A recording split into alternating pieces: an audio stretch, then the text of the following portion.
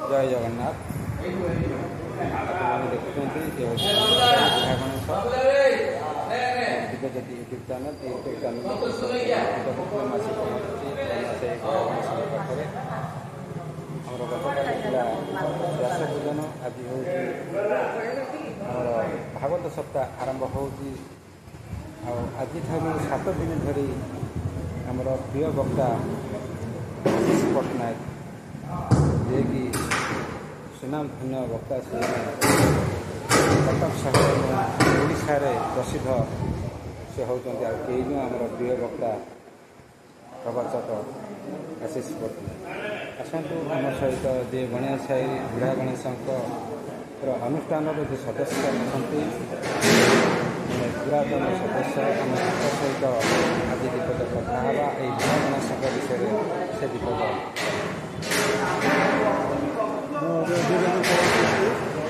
गणेशर जड़े सिनियर मुरब्बी उपदेष्टा आम कमिटी अच्छी आमर ये बुढ़ा गणेश आज की प्राय 500 वर्ष कि 600 वर्ष हम आम सत्य कह कहीं आम बापा जेजे बापा पाक बापा एम सब आम शुणी आसुँ आम कहीपर केवेठू तेणु ये जो बुढ़ा गणेश आकर ना ये हूँ मानसिक गणेश बहुत लोग दूर दूर आसिक मानसिक कर फल भी पाई जोटा कि से आसिक भोग भोग चढ़ाती एवं आमर जो द्वितीय घाट पर जो भोगटा गुड़े साहिर अन्य साहिर सब दुनिया आसिक से सब प्रसाद पाइबा आसती सब पाई भारी खुशी जाती और मानसिक पूरण भी मिले आज की 2061 पर्यंत जो मान मानसिक अच्छे से लिस्ट अच्छे से ठाकुर को फूल ठाकुर को लुगा ठाकुर को सबकि भोग फोग सबकि दिखाती तेणु यही परंपराटा गढ़ी आ भितर भी बहुत किसी माने ये भी उन्नति हो तार भर आम ये आज की 12 वर्ष है भागवत सप्ताह 12 वर्ष भागवत सप्ताह आम करूँ हाँ आम गत काली आज आशीर्वाद महाराज आसिक 7 दिन धरी चल 7 दिन धरी आमर 5 तारिख सर 5 तारिख सरला आमर 6 तारिख भजन समारोह अच्छे 7 तारिख जेहेतु हिंदू पूर्णिमा से आमर ग्रहण करुच्ची तेणुक आम 8 तारिख नगर परिक्रमा करूँ तापर आमर विसर्जन ठाकुर जहाँ द्वितीय घाट पर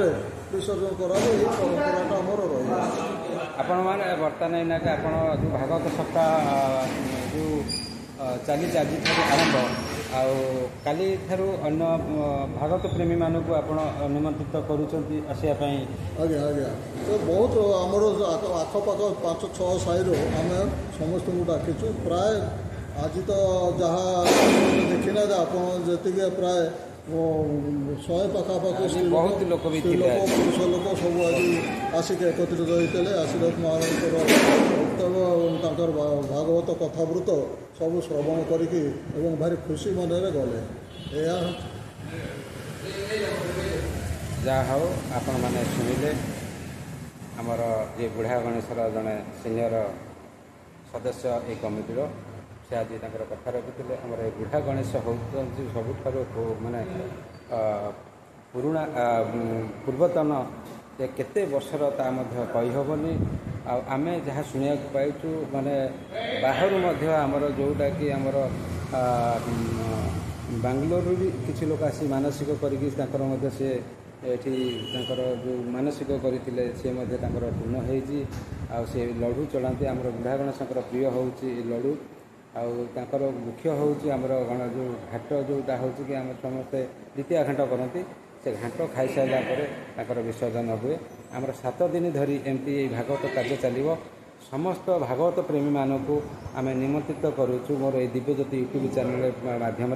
समस्ते आसतु ए भागवत जोग दिंतु आज आमर आशीष महाराज जोटा रखी थे आमर नारदंकर पूर्वजन्म कौन थिला भागवतर महात्मा आमर ये वीडियो माध्यम आपण मैंने देखिए आपण मैंने मते बहुत भल पाइबा देइचंती मोर यही जो चैनल को आपण बहुत भल भी पाई मु आपण मानक पाखे चिरऋणी जय जगन्नाथ जय श्री गणेश।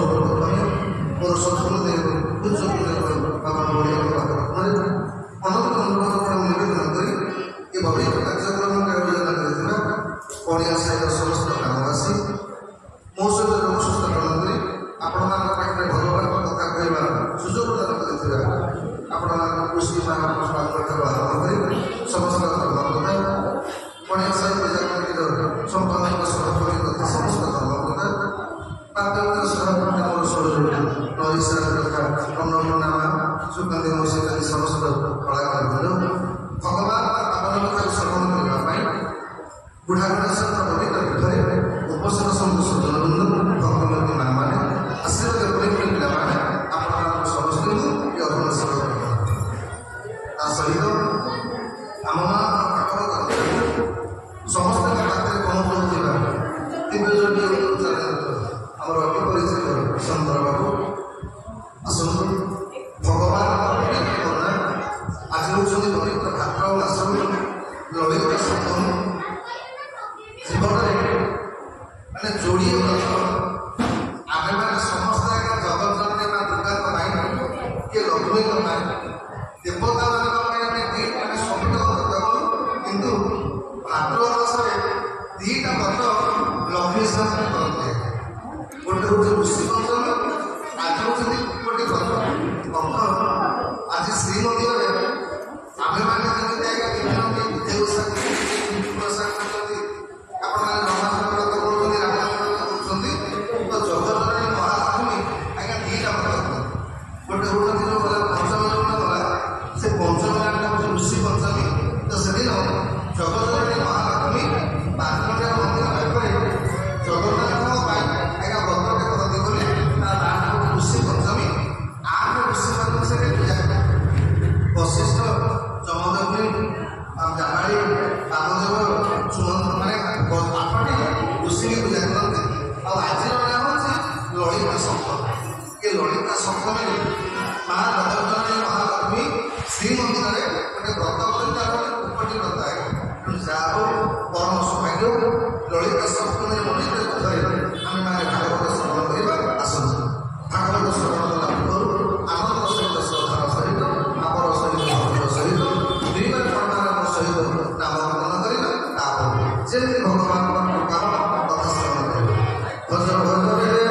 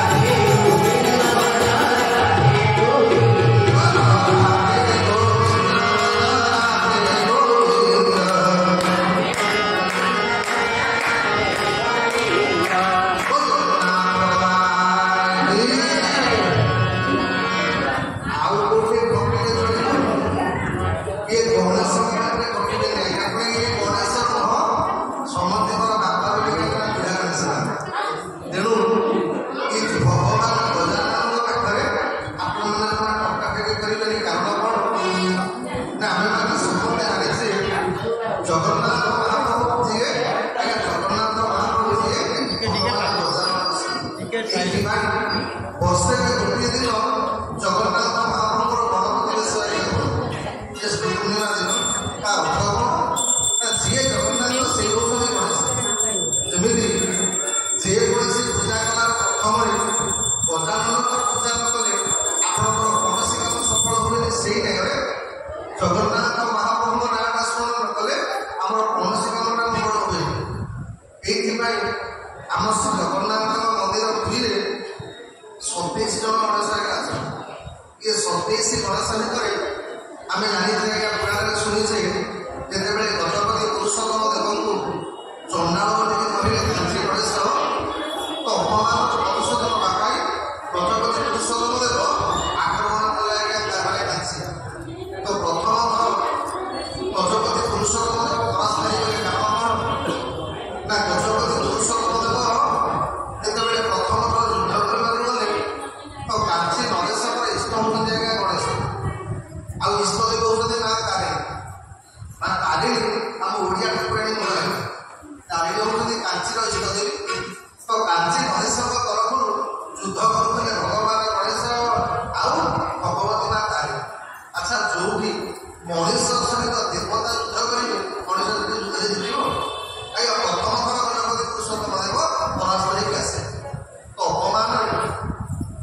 ପୁରୁଷୋତ୍ତମ ଦେବ ଭଗବାନ ଜଗନ୍ନାଥଙ୍କ ପାଖରେ ସ୍ମରଣ ବିଷୟରେ କହିଲେ ପ୍ରଭୁ ଏଇଟା ମୋ ଅପମାନ ନୁହଁ, ଏଇଟା ତୋ ଅପମାନ। ଆରେ ତୋ ସେବକ କହି ଯଦି ଆଜି ମୋତେ ପରାସ୍ତ ହେବାକୁ ପଡ଼ିବ ଏ ନିନ୍ଦାଟା କେବଳ ତତ୍ତ୍ୱ ହେବ। ଆଜ୍ଞା ଜଗନ୍ନାଥ ମହାପ୍ରଭୁ ଅଭୟ ଥିଲେ। ତ ସେଦିନ ଜଗନ୍ନାଥ ମହାପ୍ରଭୁ ଯୁଦ୍ଧ କରିବାକୁ ଗଲେ କଳା ବେଳା ବେଳା କରି ଆମେ ସମସ୍ତେ ଜାଣିଛେ। ତ ଜଗନ୍ନାଥ ମହାପ୍ରଭୁ କହିଲେ ଶୁଣ ମୁଁ ତୋତେ ଯୁଦ୍ଧରେ ବିଜୟ କରିବି ଯେ କିନ୍ତୁ ତା ପୂର୍ବରୁ ତୁ ଗଣେଶ ଆଉ ତାରିଣୀକୁ ତୋ ସପଟୁ କାହିଁକି କାହିଁକି ସେ ଦିନ ଯାକ ଯୁଦ୍ଧ କଲେ ତୋର ହାରିବାଟା ଖାଇଲେ। ତ କାଞ୍ଚି ଗଣେଶ କଲେ କ'ଣ କରିବାକୁ ପଡ଼ିବ ନା ସର୍ବପ୍ରଥମେ ତୁ ଆଗ ଗଣେଶକୁ ପୂଜା କରେ ଏବଂ ମା ତାରିଣୀକୁ ପୂଜା କରେ। ଦି ଜଣକୁ ତୁ କୌଣସି ମତେ ଓଡ଼ିଶା ନେଇକି ପଳେଇବା ତାପରେ ଜିତିବା ଦାୟିତ୍ୱ ମୋର। ତ ଗଜପତି ପୁରୁଷୋତ୍ତମ ଦେବ ସର୍ବପ୍ରଥମେ କାଞ୍ଚିର ଗଣେଶଙ୍କ ପାଖରେ ପ୍ରାର୍ଥନା କଲେ। ଗଣେଶ କହିଲେ ଶୁଣ ମୁଁ ମୋ ଭକ୍ତକୁ ଛାଡ଼ିକି ଯିବି, ତା ବଦଳରେ ମୋତେ ମିଳିବ କ'ଣ? ଆଜ୍ଞା ଗଜପତି ପୁରୁଷୋତ୍ତମ ଦେବ କହିଲେ ମଣିମା ମୁଁ ଆପଣଙ୍କୁ ଜଗନ୍ନାଥଙ୍କ ମହାପ୍ରସାଦ ଖାଇବାକୁ ଦେବି ଶୁଣିବି। ଆଜ୍ଞା ଜଗନ୍ନାଥଙ୍କ ମହାପ୍ରସାଦ ପାଇବା ଲୋଭରେ ଏଇଥିପାଇଁ ଆମ ଶାସ୍ତ୍ର କରେ ଆଜ୍ଞା ଯେତେବେଳେ ବି ମହାପ୍ରସାଦ ଆପଣ ପାଇବେ କିମ୍ବା ଘରକୁ ଆଣିବେ, ଘରକୁ ଆଣିଲେ ସାଙ୍ଗେ ସାଙ୍ଗେ ମହାପ୍ରସାଦ ପାଇବା ପାଇବେ। ଆଗ ମହାପ୍ରସାଦକୁ ନେବେ ଆପଣଙ୍କ ଠାକୁର ଘରକୁ ସମର୍ପଣ କରିବେ, କିଛି ମାନେ ମହାପ୍ରସାଦ ବାହାରେ ଟିକେ ରଖିବେ, ତାପରେ ମହାପ୍ରସାଦ ଭୋଜନ କରିବେ। କାହିଁକି ନା ଜଗନ୍ନାଥ ମହାପ୍ରଭୁଙ୍କ ମହାପ୍ରସାଦକୁ ସବୁ ଦେବତା ସବୁ ଦେବୀମାନଙ୍କର ଏକ ଲୋକ ଥାଏ। ତ ସେଦିନ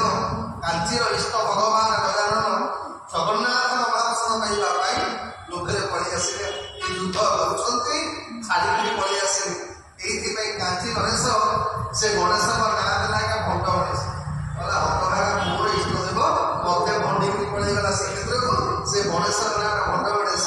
ବିମଳାଙ୍କ ସାମ୍ନାରେ ସେ ଅଛନ୍ତି। କେବେ ଗଲେ ଆଜ୍ଞା ଦେଖିବେ ଅନେକ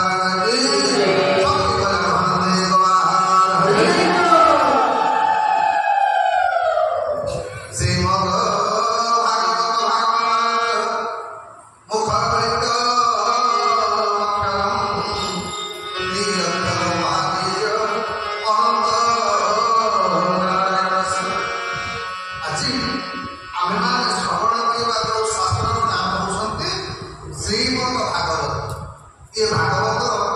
आरंभ है केतेबेले ना जेतेबेले कलियुगर आगमन देखिला परे सनकादिक सहित 88,000 ऋषि एमाने पहुंचीगले कोठी ना नमिसारण्य आज लग्नठार 80 किलोमीटर दूर जहाँ ना हो जाएगा नमिसारण्य एबे भी सेटा अरण्य हिसाब अछि ना यदि आपण माने के जाइथिले एते वर्ष हिला परे मध्य आपण तार स्पर्श बाजिनी तार नाटा हो नमिसारण्य तो जेतेबेले ऋषि मुनि माने भगवान को प्रश्न कले कले प्रभु ए कलियुगर आमे रहि परिबुनी हमको रहिबा के गोटे स्थान दे दियो भगवान पठेले सुदर्शन चक्र बोले सुनो ये चक्र जोटी पतन हबो तमे सेठ रहि आइना चक्र निमिटा परिवार बोली ता नाटा हरा के नमिसरण बोले सकल मुनि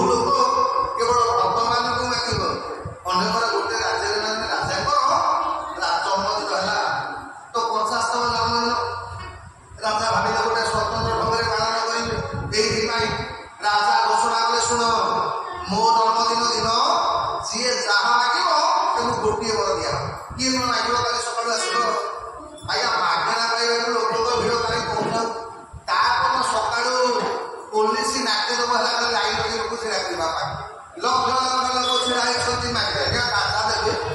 ଆଜ୍ଞା ଯିଏ ଯାହାର ଇଚ୍ଛା ଯାହା ଥିଲା କିଏ ମାଗିଲା ମୋତେ ଚାଉଳ ଦିଅ କିଏ କଲା ପାଣି ଦିଅ କିଏ କଲା ମୋତେ ଲୁଗା ଦିଅ କିଏ କଲା ମୋର ଜମି ଦରକାର କିଏ କଲା ମୋର ସୁନା ଦରକାର ରାଜା ଯିଏ ଯାହା ମାଗିଲା ସମସ୍ତଙ୍କୁ ଦେଇ ଚାଲିଛନ୍ତି ଆଜ୍ଞା ସଭା ଶେଷକୁ ନଜର ପଡ଼ିଲା ବୁଢ଼ୀ ମାଗିଲେ ଆଜ୍ଞା କଣ ମୁଣ୍ଡରେ ବହିଛି ସମସ୍ତେ ଯାଇ ସାରିଲେ ରାଜା ପଚାରିଲେ କହିଲେ ମନ୍ତ୍ରୀ ରାଜ୍ୟ ଯାକ ଲୋକ ସମସ୍ତେ ପାଇସାରିଲେ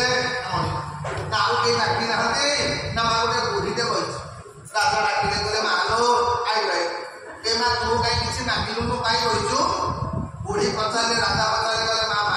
ଯାହା କରିବୁ ତତେ ମୁଁ ସେଇଆ ଦେବି ବୁଢ଼ୀ କହିଲା ମଣିମା ଯଦି ମତେ ଦେବେ ତାହେଲେ ମୁଁ ଯାହା ମାଗି ମତେ ଦେବେ ତ ରାଜା କହିଲେ ମୁଁ ସତ୍ୟ କରିଛି ନା ଆଜ୍ଞା ବୁଢ଼ୀ ମା ସିଧା ସଡ଼କ ଗଲା ରାଜାଙ୍କ ହାତକୁ ଧରି ପକେଇଲା ଶାନ୍ତେ ହଉତେ ଖାଲି ଆପଣଙ୍କ କୁଡ଼ିଆ କୁଡ଼ିଏ ଜାଣିଦେଲି ଲୋକମାନେ ହସିଲେ କହିଲେ ହତ ଭାଇକି ବୁଢ଼ୀ ବୁଢ଼ୀଟା ଏ ମାଗିଥିଲେ ସୁନାକି ଚାଲିକିଲେ ପାଇଥାନ୍ତା ମହିଳା ସାହି ଏଠି ଲୋକଙ୍କ ପେଣ୍ଟ ସାର୍ଟ ଖୋଲିଦେଲେ ଚାଲିକିଲେ ଗୋଟେ ସୁନା ମିଳି ପଡ଼ିବ ଇଏ ମାଗୁଛି ଏ କଣ ମାଗୁଛି କଣ ମୁଁ ଯିବି ଆଉ ସମସ୍ତେ ତାକୁ ଆଜ୍ଞା ବୁଢ଼ୀକି ଗାଡ଼ି ମଧ୍ୟ କହିଲେ ବୁଢ଼ୀର ବୁଦ୍ଧି ନାହିଁ ଏ ରାଜା କହିଲେ କଣ ମାଗୁଛି କଣ ସେ ରାଜା କହୁଥିଲେ ମୁଁ ଘରକୁ ଯିବ ଆଜ୍ଞା ସାଙ୍ଗେ ସାଙ୍ଗେ ରାଜା କଥା ଦେଇଛନ୍ତି ରାଜା ସାଙ୍ଗେ ସାଙ୍ଗେ କହିଲେ ମନ୍ତ୍ରୀ ମନ୍ତ୍ରୀ ଦେଖିଲେ କହିଲେ ଆଜ୍ଞା ଅମୁକ ମାସ ଏଇ ଦିନଟା ଆପଣଙ୍କର ଫାଙ୍କା ଅଛି ରାଜା କହିଲେ ନୋଟ କରିଦିଅ ମୁଁ ସେଦିନ ବୁଢ଼ୀ ଘରକୁ ଯିବି ଆଜ୍ଞା ବୁଢ଼ୀ ମନ ଲାଗି ଦେଇକି ଘରକୁ ପଳେଇଲା ଏପଟେ ମନ୍ତ୍ରୀଙ୍କର ମୁଣ୍ଡରେ ପୋକ କାମୁଡ଼ିଲା ମନ୍ତ୍ରୀ କହିଲେ ହେଇ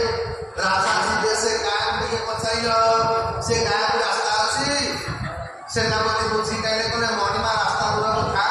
108 ଆମ୍ବୁଲାନ୍ସ ଯାଇପାରୁନି ଯେ ପ୍ରସବ କଲା ସ୍ତ୍ରୀ ଲୋକଟା ଅଧା ବାଟ ପ୍ରସବ କରୁଛି ତେଣୁ ସେ ଗାଁକୁ ରାସ୍ତା ଟୋଟାଲ ହେଇନା ଇମିଡିଏଟ୍ ରାସ୍ତା ଯାହା ଦରକାର ପଡୁଛି କୋଟି କୋଟି ଟଙ୍କା ଖର୍ଚ୍ଚ ହେଇଯାଉ ଆଗ ରାସ୍ତା ତିଆରି କର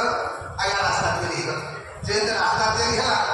ମନ୍ତ୍ରୀ ପଚାରିଲେ ରାଜା ଗଲେ ତା ଘଟିଏ ବସିଲେ ଆଚ୍ଛା ସେ ବୁଢ଼ୀ ମା ଘର ନା ମଣିମା ବିଜୁ କୁଡ଼ିଆ ଡକ୍ଟର ଠାରୁ ଆରମ୍ଭ କରିକି ଇନ୍ଦିରା ଦାସ ଘର କୋଉ ଗୋଟାକ ସେ ପାଇନି ପଲିଥିନ ତଳେ ରହିଛି ମନ୍ତ୍ରୀ କହିଲେ ଇମିଡିଏଟ୍ ଘର ତିଆରି କର ରାଜା ଭଳିଆ ଭଳିଆ ଆଜ୍ଞା ରାଜା ଭଳିଆ ଭଳିଆ ଘର ତିଆରି ହେଲା ଆଚ୍ଛା ରାଜା ଯେତେବେଳେ ବସିବେ ରାଜା ତାକୁ ତମ ଭଳିଆ ପଡ଼ିଲେ ଯେଉଁ ପ୍ଲାଷ୍ଟିକ ଚେୟାରରେ ବସିବେନି ରାଜା ଆସିଲା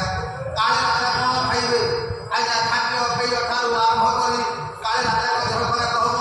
ମେଡ଼ିକାଲ ତିଆରି ହେଇଗଲା ସ୍କୁଲ ତିଆରି ହେଲା କଲେଜ ତିଆରି ହେଲା ଡାକ୍ତରଖାନା ତିଆରି ହେଲା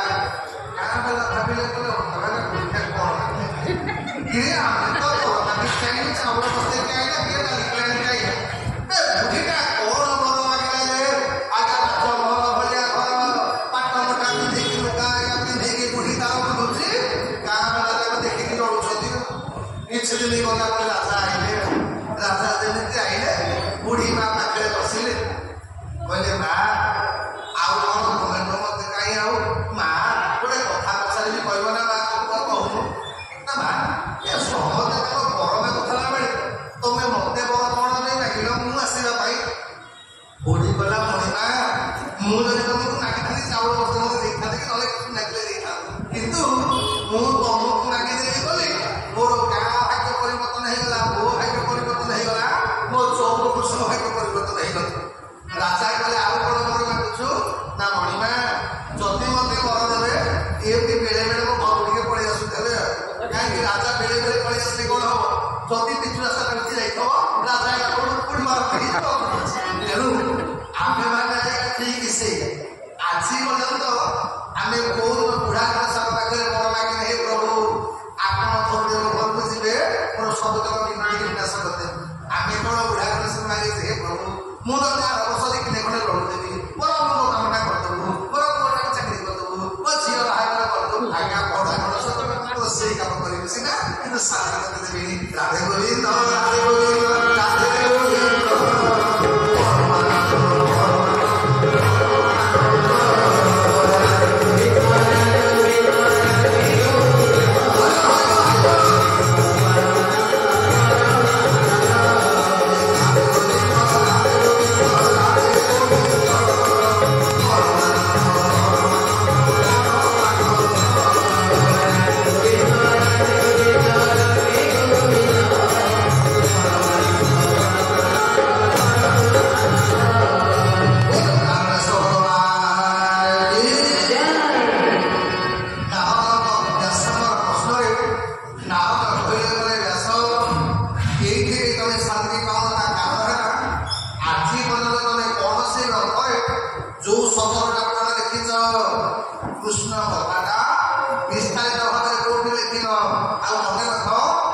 ଜୀବନରେ ଯଦି ଶାନ୍ତି ପାଇବାକୁ ଇଚ୍ଛା ହେଲେ କୃଷ୍ଣର ଭଜନ କୀର୍ତ୍ତନ ଅଶେଷ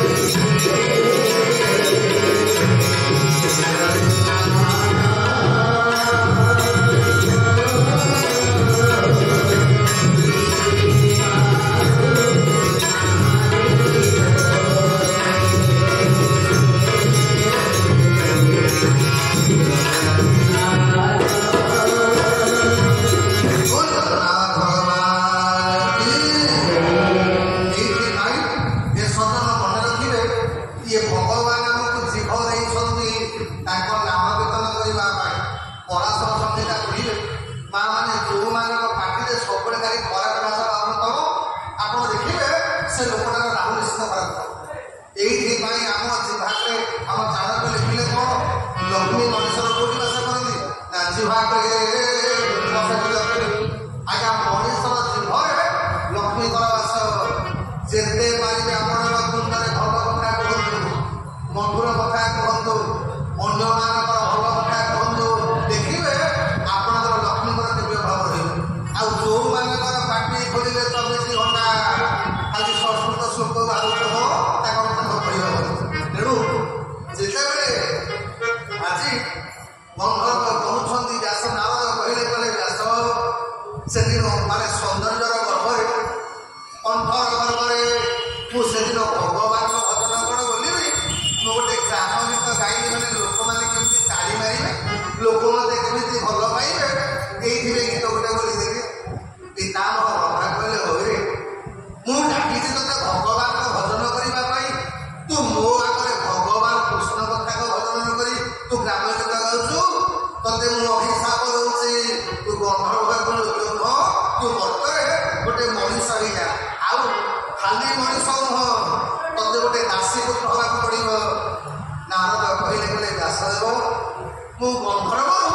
ପାଲଟି ଗଲି ବ୍ୟାସ, ନାରୀ ମାନେ ଯାହା ଗୋଟେ ଦାସୀଙ୍କର ଜଣକ ଘରେ ଚାକିରି କଲି, କିନ୍ତୁ